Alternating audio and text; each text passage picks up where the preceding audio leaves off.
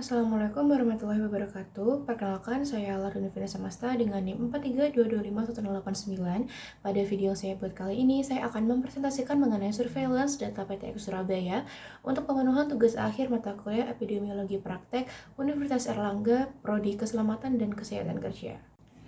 Baik, yang pertama, berdasarkan analisis hasil pengukuran kesehatan pekerja di PTX pada tahun 2018 dan 2019, ditemukan adanya perbaikan pada sebagian besar indikator kesehatan pekerja, yaitu di mana yang pertama untuk gangguan pendengaran menurun sebesar 46,3%, yang kedua hipertensi menurun sebanyak 45,5%, dan untuk gula darah abnormal itu tetap di mana tetap 6 pekerja di 2018 dan juga 2019.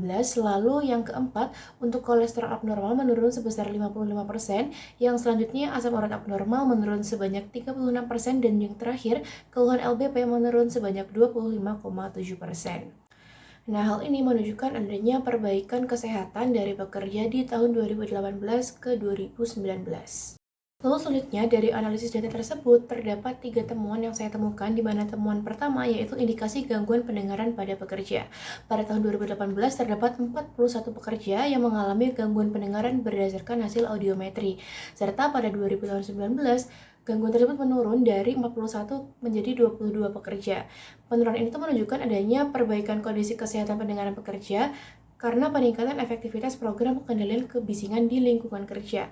Nah, faktor resiko mengapa indikasi gangguan ini dapat terjadi yaitu yang pertama, paparan kebisingan kerja secara terus-menerus, yang kedua, kebiasaan merokok pada sebagian pekerja, dan yang ketiga, masa kerja dan usia pekerja yang semakin meningkat. Nah, terjadi penurunan kasus gangguan pendengaran sebanyak 46,3%, namun program konservasi pendengaran tetap perlu dipertahankan untuk mencegah terjadinya NIHL. Dari temuan 1, terdapat rekomendasi dari hasil temuan tersebut, yaitu yang pertama, eliminasi, di mana ini adalah menghilangkan sumber kebisingan yang tidak terlalu diperlukan pada saat proses pekerja tersebut bekerja. Lalu yang kedua, substitusi, mengganti mesin atau peralatan yang menghasilkan kebisingan tinggi menjadi peralatan yang lebih senyap atau yang kebisingannya lebih rendah. Lalu yang ketiga, untuk engineering control, yaitu memasang peredam suara, enclosure mesin, dan juga barrier kebisingan. Yang keempat, administrative control, yaitu melaksanakan audiometri secara berkala, rotasi kerja, serta pelatihan bahaya kebisingan. Lalu yang ketiga, untuk APD itu mewajibkan penggunaan earplug atau earmuff pada area pekerja dengan intensitas kebisingan yang tinggi. Selanjutnya yaitu ada temuan 2 yang saya temukan, yaitu perbaikan kondisi kesehatan metabolik dan juga kardiovaskular, di mana data menunjukkan bahwa jumlah pekerja dengan hipertensi menurun dari 22 orang pada tahun 2018 menjadi 12 orang pada tahun 2019. Selanjutnya, pekerja dengan kolesterol abnormal menurun dari 20 orang menjadi 9 orang, dan asam urat abnormal turun dari 25 orang menjadi 16 orang pada tahun 2019. Nah, faktor resiko dari kesehatan metabolik dan kardiovaskular ini yaitu yang pertama, mengenai kebiasaan merokok, yang kedua, aktivitas fisik yang kurang, dan yang ketiga, faktor usia pekerja. Terjadi penurunan kasus hipertensi sebesar 45,5%, kolesterol abnormal sebanyak 55%, dan asam urat abnormal sebesar 36%. Ini menunjukkan adanya perbaikan kerja metabolik pada pekerja.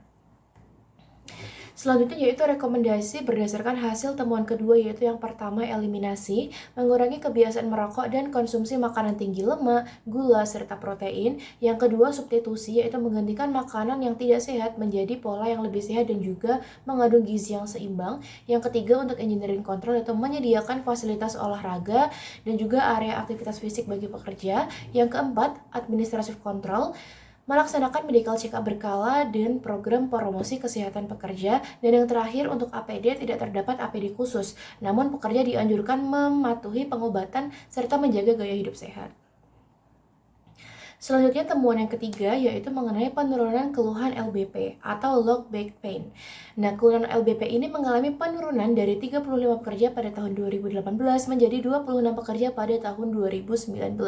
Penurunan ini menunjukkan adanya perbaikan kondisi ergonomi pekerja atau peningkatan kesadaran pekerja terhadap kesehatan muskuloskeletal. Nah, faktor risiko yang menyebabkan adanya LBP yaitu yang pertama, posisi kerja statis dalam waktu yang lama, yang kedua, pengangkatan beban secara manual, yang ketiga, kurangnya peregangan otot pada saat bekerja, di mana gerakan-gerakan variasi ini sangat diperlukan agar tubuh itu tidak bergerak secara monoton saja. Nah, keluhan LBP ini menurun sebesar 25,7%, namun masih menjadi salah satu masalah yang cukup dominan pada pekerja di PTX.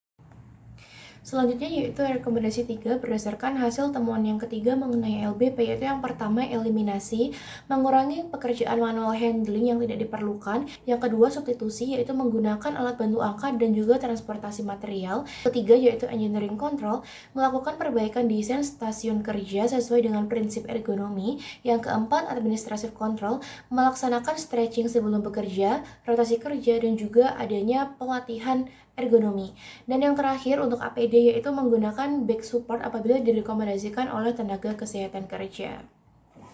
Kesimpulan yang saya dapatkan dari analisis berdasarkan pekerja yang ada di PTX yaitu berdasarkan perbandingan data kesehatan pekerja PTX tahun 2018 dan 2019 terlihat adanya perbaikan pada sebagian besar indikator kesehatan pekerja seperti gangguan pendengaran, hipertensi, kolesterol abnormal, asam urat abnormal, dan juga keluhan LBP mengalami penurunan pada tahun 2019.